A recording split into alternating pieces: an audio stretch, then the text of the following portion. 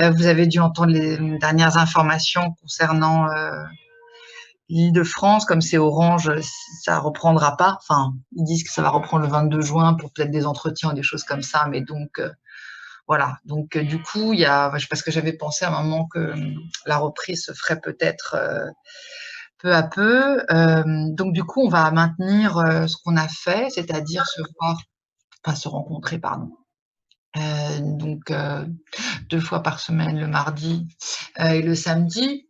Peut-être que je vous reprendrai quand même encore une fois en EMC. Voilà le programme. Alors déjà, j'ai corrigé à peu près 25 copies. Ce que j'ai fait cette fois-ci, c'est que j'ai mis la note et une petite appréciation dans l'appréciation du bulletin, en précisant note pendant confinement, temps limité. Et Madame, du coup, vous avez attendez, il y a Margot qui arrive. Du coup, vous avez fait 8 devoirs. Il y en a 7 qui ont été notés. Ils apparaissent tous.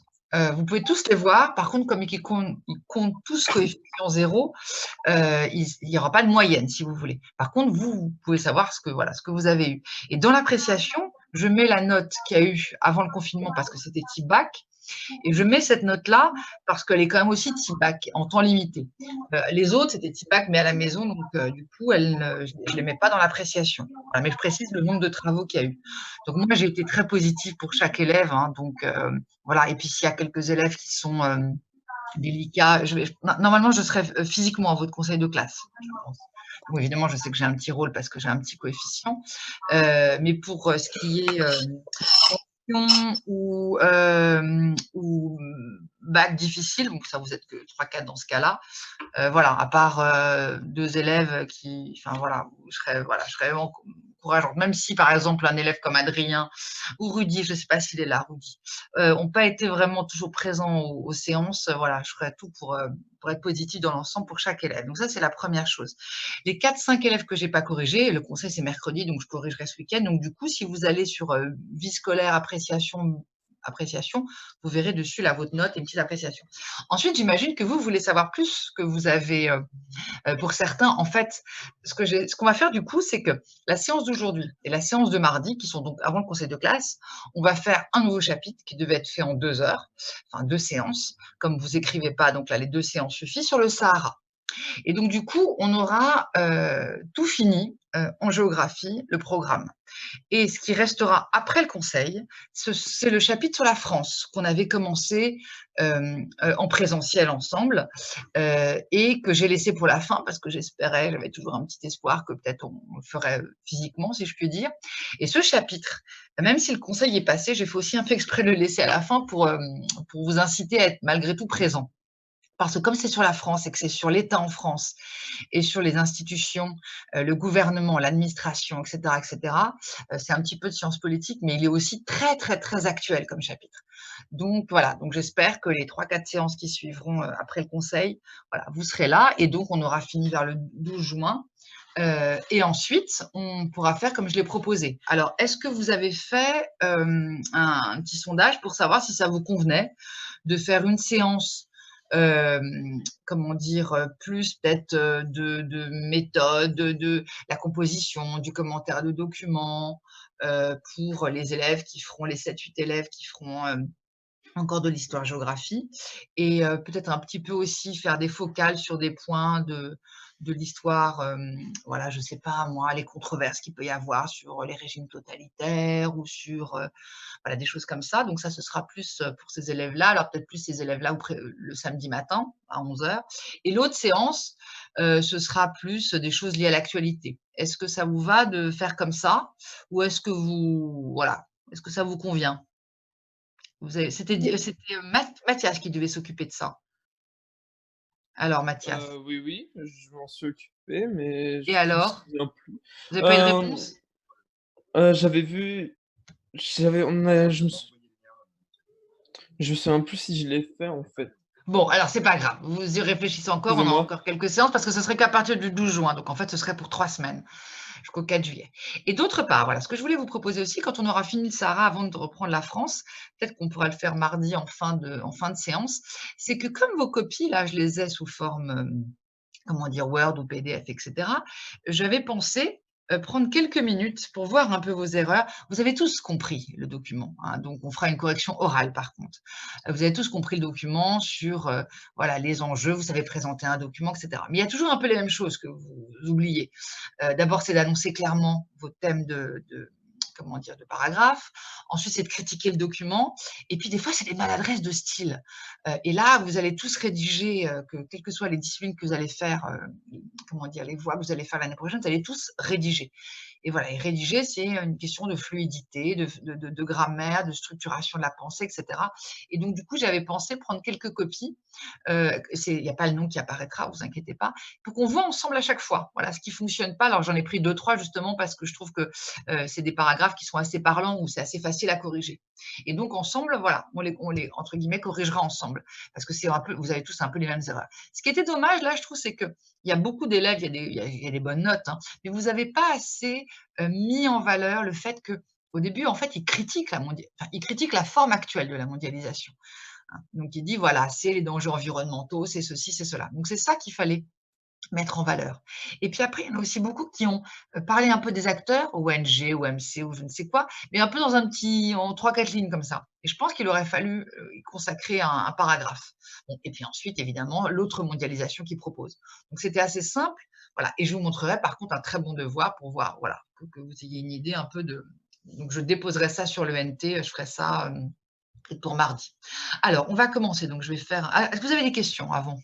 Oui, madame, on est censé retrouver les notes où? J'ai pas trop compris. Et je les ai mises dans l'appréciation du. Alors, j'ai pas corrigé tout le monde, hein, j'ai 30 copies, j'en ai corrigé 25. Je les ai mises dans l'appréciation du 3e trimestre. C'est Donc, sur la vie scolaire, ça? Madame, j'ai vu la note sur vie scolaire aussi. Enfin, je crois.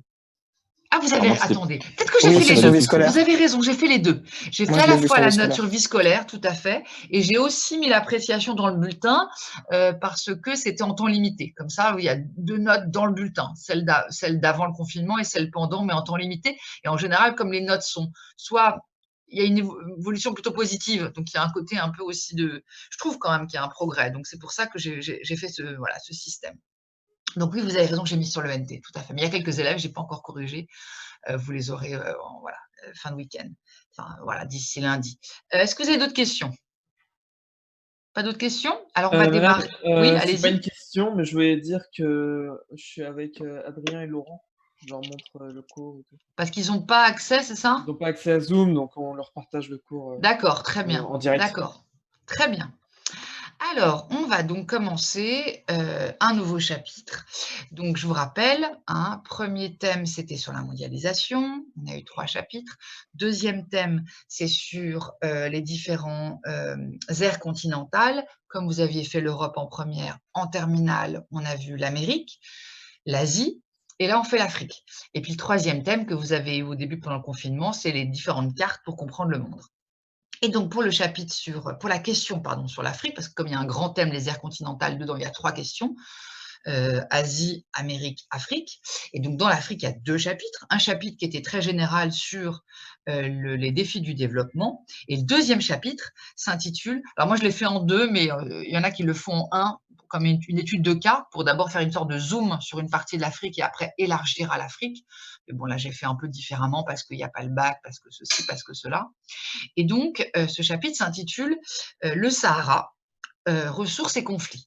Et vous allez voir, on va faire peu de géographie physique, mais on va faire beaucoup de géographie politique. D'accord? Donc, comme d'habitude, vous prenez en note juste le plan, puisque ensuite, moi, je déposerai dans le NT le diaporama et le cours. Voilà.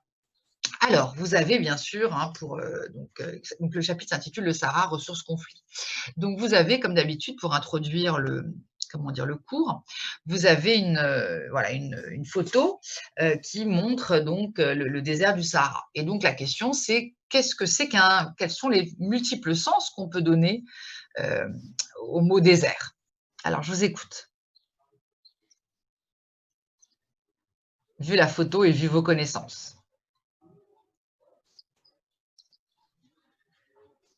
Personne ne veut prendre la parole? Vous êtes en train de faire autre chose? De faire un exercice de maths sur votre Oh, téléphone? on Bah, voit on des fait ça travaux, aussi. oui.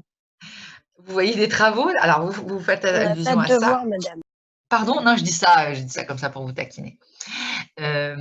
Alors, à part les travaux, qu'est-ce que vous voyez d'autre? Mon habitation, c'est vide, quoi. C'est des usines de pétrole, peut-être? Oui, usine, et puis. Donc, effectivement, l'aridité. Hein, donc, effectivement, alors vous ne le notez pas là, on le notera un peu plus tard. Effectivement, hein, le Sahara, c'est un désert, c'est-à-dire un espace vide d'hommes, de par son climat. Et là, on a la représentation typique du Sahara, c'est-à-dire un désert de sable. Mais en même temps, vous avez d'ailleurs commencé par là, c'est intéressant, c'est que c'est un espace qui, malgré tout, est aménagé par l'homme. Donc, au milieu de cet espace vide, comment les hommes peuvent malgré tout en tirer un profit. Et donc, je vous dis toujours, quand on a une introduction à réaliser, il faut partir d'un paradoxe, d'un contraste. Et donc, effectivement, longtemps, hein, le Sahara était perçu par les hommes et les Européens qui s'y sont assez vite intéressés comme une coupure. Alors, vous avez dit, vous, que c'était vide, qu'il y avait malgré tout des usines. Géographiquement, le Sahara, alors, il se situe où? Alors, je vais revenir à l'image d'après. Non, alors ça, c'est encore après. Voilà, il se situe où? Quelle est sa localisation?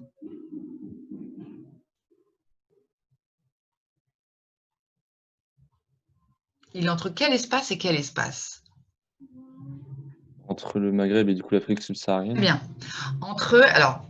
Et le Maghreb, les populations alors pas que du Maghreb, l'Afrique du Nord, hein, parce que je vous ai déjà dit, le Maghreb, c'est Maroc, Algérie, Tunisie, alors que c'est toute l'Afrique du Nord qui est séparée, hein, donc que sépare le Sahara, c'est-à-dire en plus l'Égypte et la Libye. D'accord? Et cette population d'Afrique du Nord, elle est blanche de peau, alors que la population d'Afrique subsaharienne est noire.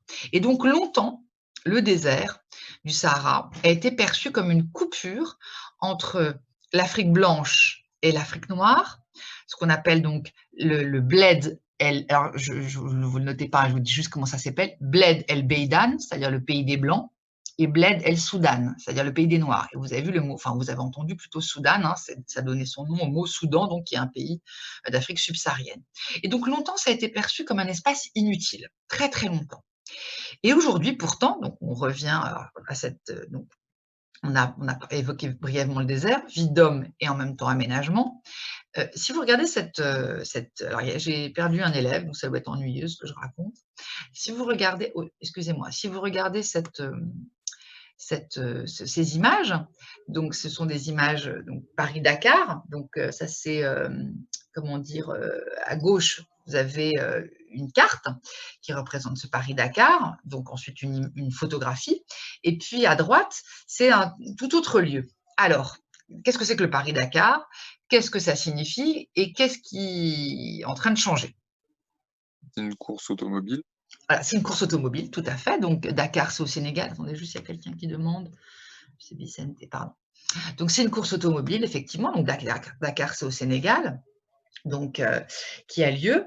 Et puis, si vous regardez la carte donc à droite, est-ce que ce Paris-Dakar a lieu toujours C'est en Amérique du Sud. ça a été déplacé en Amérique latine, tout à fait. Alors, est-ce que vous avez une idée de pourquoi? À cause des tensions. Exactement, à cause des tensions géopolitiques. Donc, avec ces images, on peut dire plusieurs choses dans l'introduction. Donc, d'une part, je vous ai dit, hein, une rupture entre l'Afrique noire et l'Afrique blanche. Mais aujourd'hui, en fait, depuis 30-40 ans, un espace qui suscite des convoitises parce qu'il a de nombreuses ressources. Alors, des ressources naturelles, on a vu l'image du début qui montrait qu'il y avait des usines parce qu'il y a des ressources minières qui peuvent être exploitées, mais aussi des ressources qui sont liées à son imaginaire, c'est-à-dire en matière de tourisme, d'aventure, etc. Et donc, il y a une volonté de contrôler cet espace. Mais en même temps, à nouveau, depuis une quinzaine d'années, c'est aussi un espace de tension, de conflit, qui est à l'origine donc d'un nouveau regard porté sur lui. Donc, vous voyez déjà, hein, voilà, 19e siècle, espace vide, 20e, espace convoité, et puis depuis 20 ans, voilà, il y a un espace de tension. D'accord? Alors, il faut que vous sachiez qu'il y a, attendez, je reviens à la carte. Donc, il y a 10 États qui composent le Sahara. Donc, on peut les nommer là, mais donc, comment dire, j'y reviendrai plus tout à l'heure. Donc, vous avez les 5 États d'Afrique donc du Nord, donc Tunisie, Algérie, Maroc, Égypte, Libye. Et puis, vous avez au sud, vous avez donc Mauritanie, Mali, Niger, Tchad et Soudan. D'accord? Donc, ça fait 10 États. Voilà, 10 États qui ont une part de leur espace qui est un désert, donc 10 États. Et donc, ces États, il y a des nombreuses tensions donc, au Sahara, et c'est ça qui explique que le Sahara, on peut dire que le Sahara est au cœur de la géopolitique mondiale. D'accord? Et donc, alors oui, la question qu'on peut se poser avant de passer à la problématique, donc c'est celle qui apparaît comment dire, sur l'image, quels atouts génèrent, donc du Sahara, génèrent des flux et des tensions. Alors, à votre avis, quels sont les atouts du désert? Alors, je l'ai un peu évoqué. Quels sont les atouts de ce désert?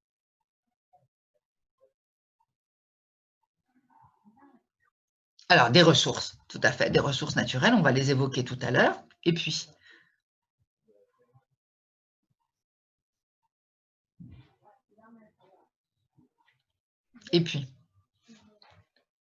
et des ressources paysagères aussi, pour des gens qui sont mal d'aventure, on y reviendra aussi. Et donc, du coup, ces ressources sont à l'origine de flux entre populations du sud et populations du nord, et donc forcément de tensions. Et donc, la problématique qu'on va se poser, c'est quels sont les enjeux géopolitiques et géoéconomiques du Sahara. D'accord? Voilà la question qu'on va se poser pour ces 2 séances. Alors, la première partie, alors à chaque fois, il n'y a pas j'ai pas mon plan qui apparaît. Il est bien sûr dans le cours que je déposerai. J'ai mis à chaque fois juste les numéros. Peut-être penser à le noter, parce que sinon, je ne sais plus pourquoi j'avais plus de place, ou je ne sais plus, je ne me rappelle plus. Donc, la première partie qu'on va voir pour essayer de comprendre quels sont les enjeux géoéconomiques et géopolitiques qui traversent le Sahara, c'est de faire un peu de géographie physique et de comprendre que c'est un espace qui est marqué par des contraintes, mais qui a aussi des ressources. Donc, un espace de contraintes et de ressources. D'accord? Grand 1, un espace de contraintes et de ressources. Voilà.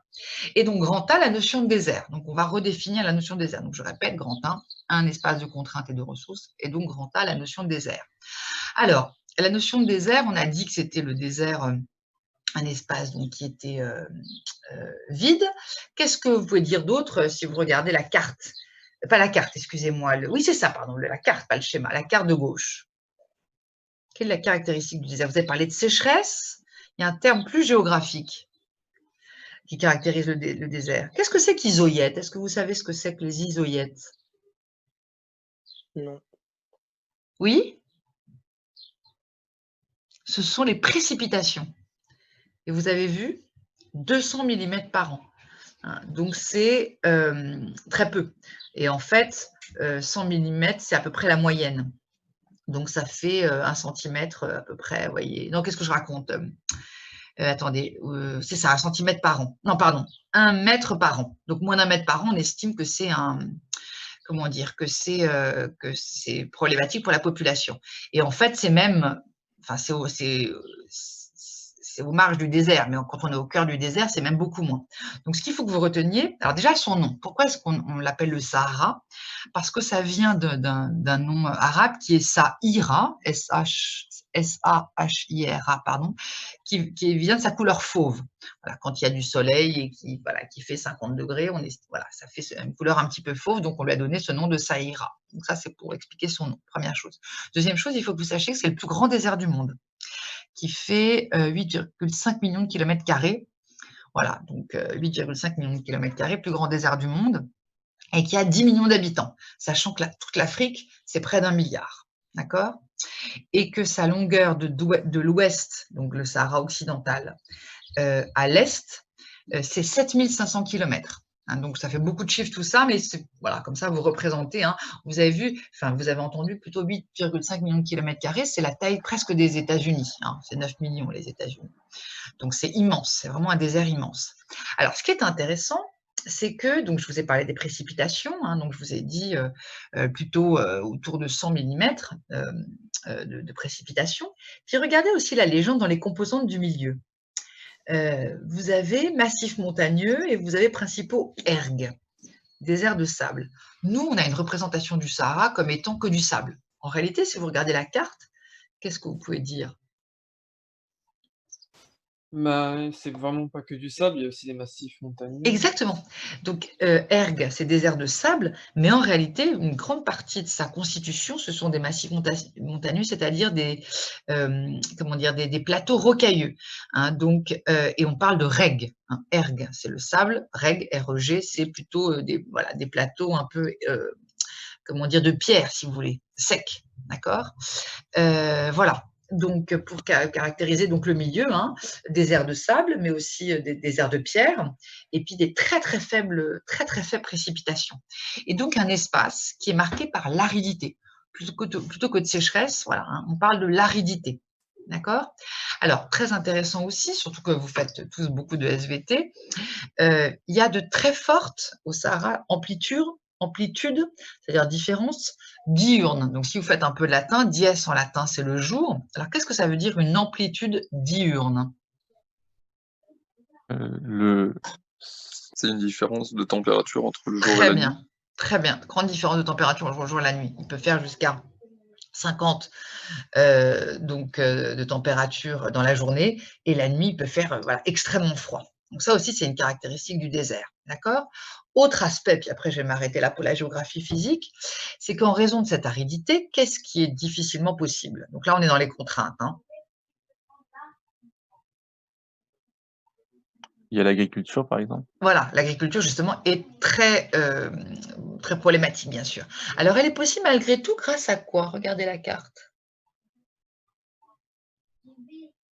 Qu'est-ce qu'on trouve dans les déserts aussi? Parce qu'il y a des petits, comment dire, des petits oueds qui se forment, ça, des petites rivières temporaires. Et vous avez du coup des fois quelques petites plantations vertes. On appelle ça comment? Des oasis? Des oasis, absolument, des oasis, tout à fait. Alors, il y a évidemment toutes les techniques d'irrigation qui fait qu'on amène de l'eau d'un lieu à un autre, et donc la vie, comment dire, biologique est possible. Enfin, comment dire, l'agriculture est possible, pardon, parce que vie biologique, je me répète. Mais aussi, c'est des petits fleuves qui peuvent se former ponctuellement, et donc l'agriculture est possible. Et puis, en raison donc justement de cette aridité, il y a peu d'organismes vivants.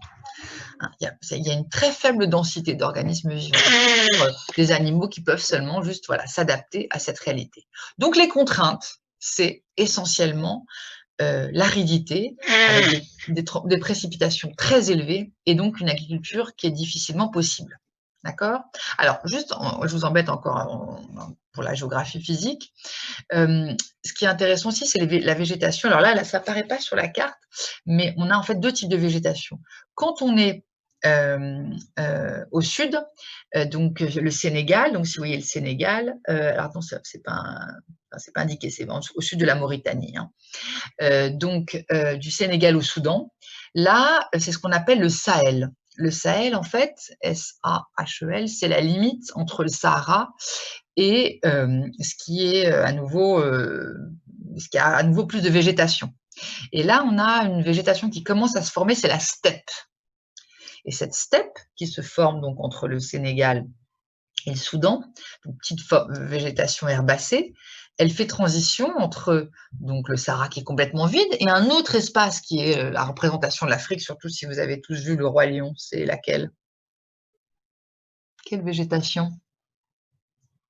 C'est beaucoup plus verdoyante. Savane. Savane, exactement.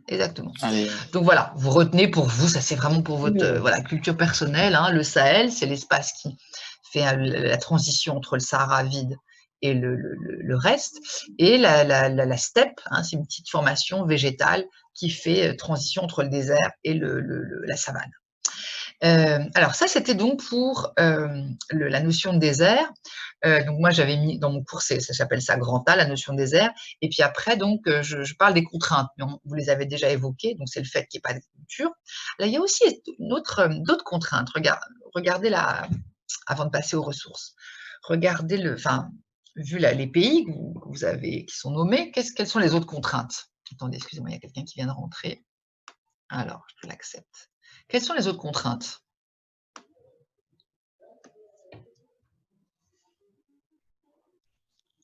Je vous ai parlé d'espace, de grandeur, d'étendue. Quelles sont les autres contraintes, en plus de l'aridité?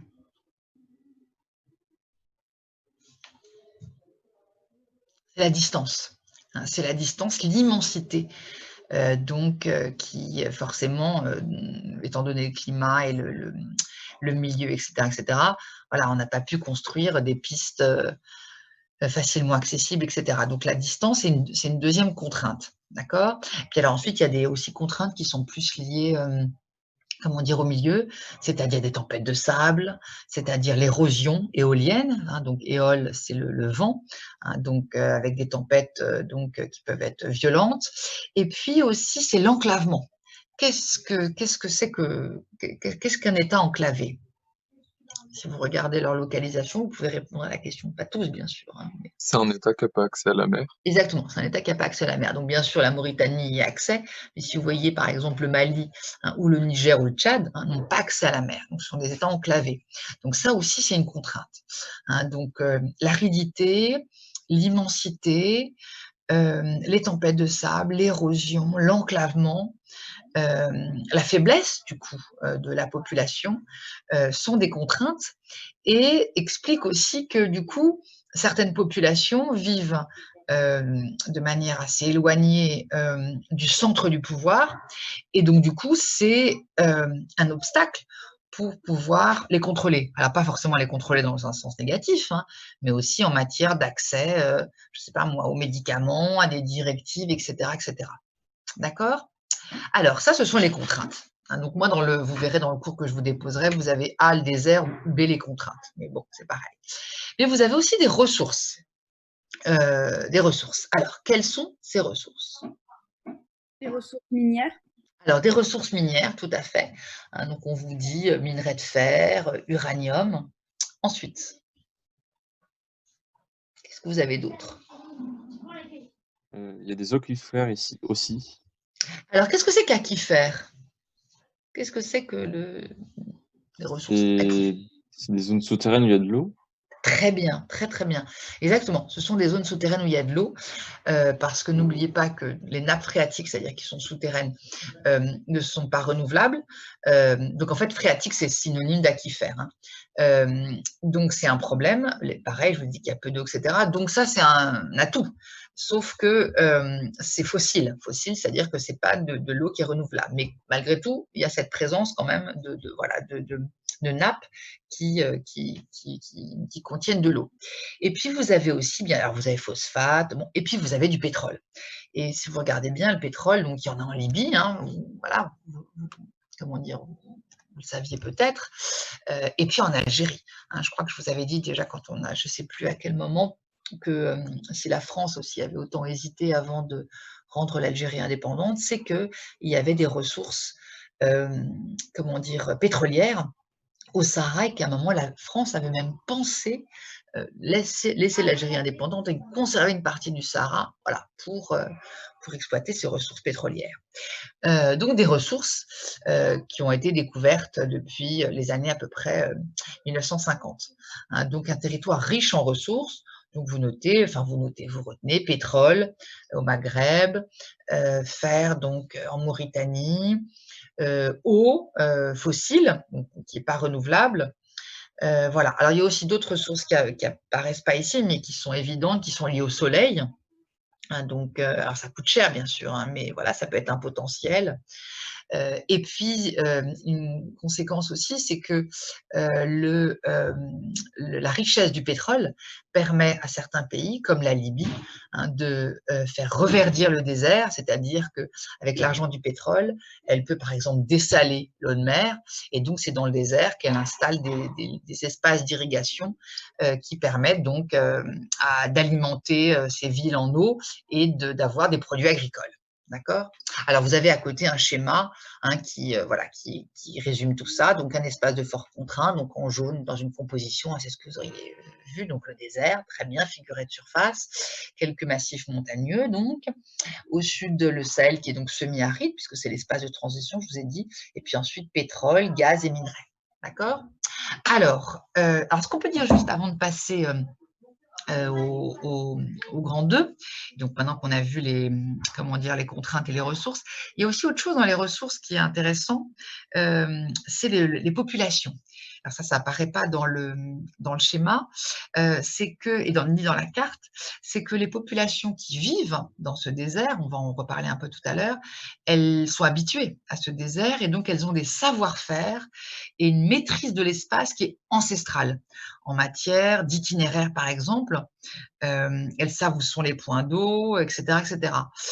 Donc ça aussi, c'est un atout pour préserver le désert. Mais en même temps, voilà, cette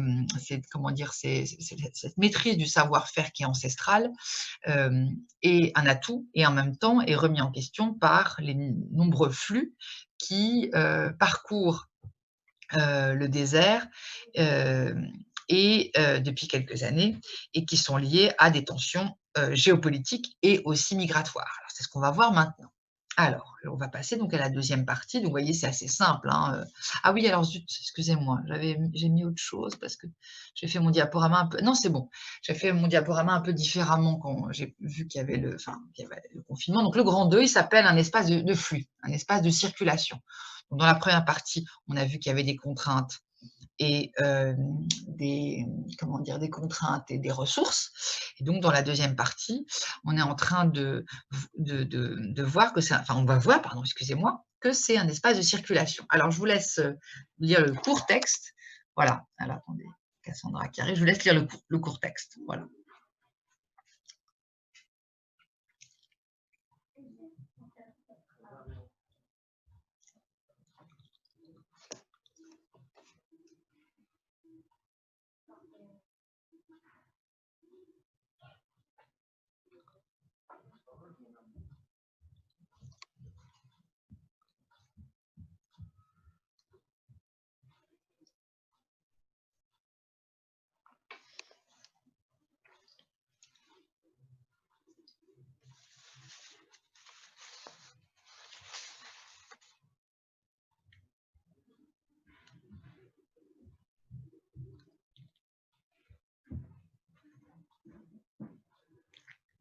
Alors, vous avez fini de lire?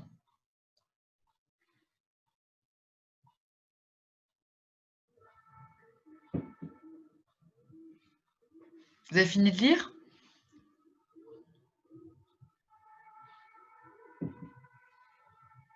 Alors, sans réponse, j'imagine que oui.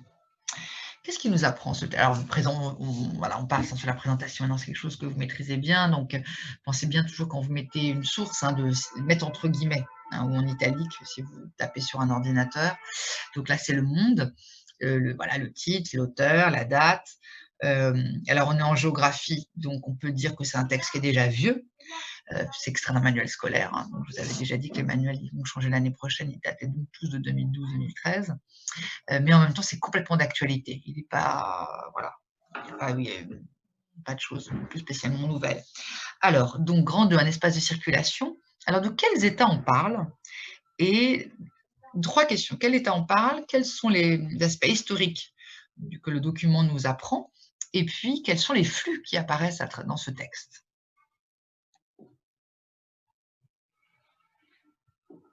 Alors, vous êtes 2 à avoir disparu. Alors, on parle de l'Algérie et du Mali.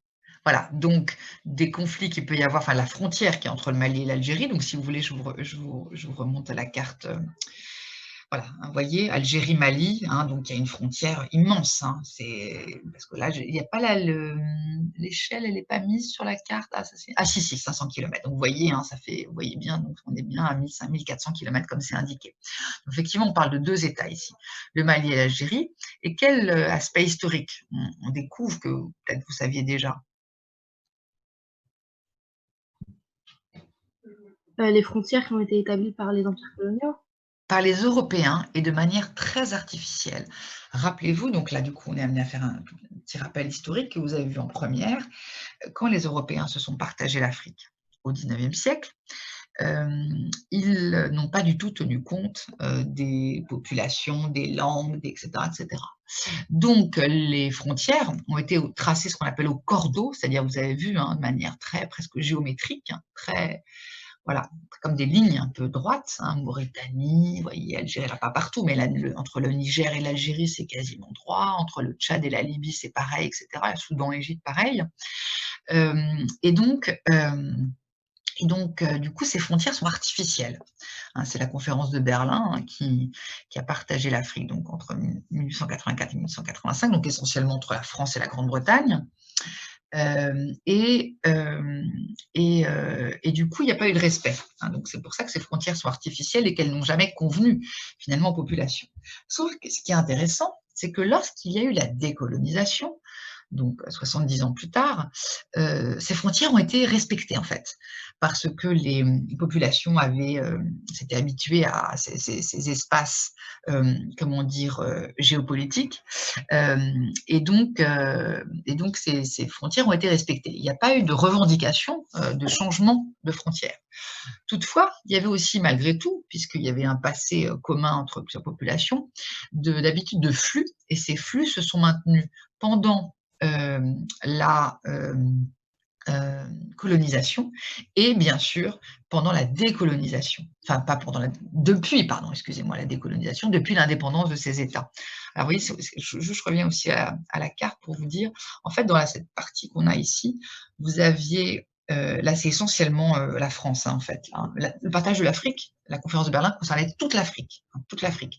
Mais en fait, cette partie de l'Afrique qu'on voit ici, c'est essentiellement des colonies françaises en réalité, puisque vous aviez donc le Maghreb qui était pour l'Algérie un département, 2 départements même, le Maroc et la Tunisie, des protectorats, je vous avais dit, la Libye était italienne, elle était un moins indépendante italienne, et l'Égypte anglaise, le Soudan anglais. Tout le reste, c'était français. Et il y avait l'AOF, Afrique occidentale française, donc dedans Mauritanie, Sénégal, Mali, etc. Et l'AEF, Afrique équatoriale française, et là c'était aussi une partie du Mali, le Niger, le Tchad, etc. Mais vous voyez, en grande partie anglais. Alors on revient donc au texte. Ce qu'on apprend là, c'est qu'il y a donc des flux. Quels sont ces types de flux qui existent en Afrique? Comment on peut les caractériser, ces flux? Ce sont des flux illégaux, Voilà, des flux illégaux qui transportent quoi?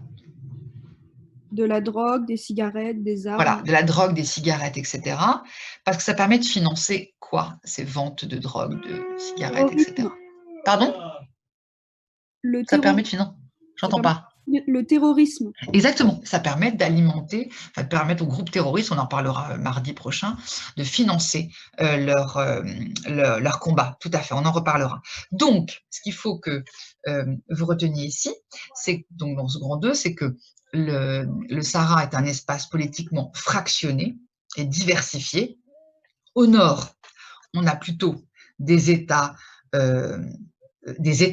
donc c'est-à-dire solides, comme l'Algérie, la Tunisie, etc.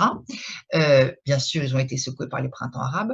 Alors qu'au sud, on a des États dont les frontières sont beaucoup plus incertaines, floues, et beaucoup plus déstabilisées par des conflits. Hein, donc retenez bien cette différence entre pays du nord du Sahara, pays du sud, qui correspond aussi à une différence de peuplement. Au nord, vous avez les nomades, les Maures, les Touaregs. Au sud, des populations noires sédentaires. Mais en tout cas, le Sahara, comme le montre le texte, n'a jamais été une frontière fermée. D'accord? Et donc, on s'arrête là et on reprendra sur ces flux illégaux. Donc, c'est le deuxième sous-partie de ce grand 2 sur un espace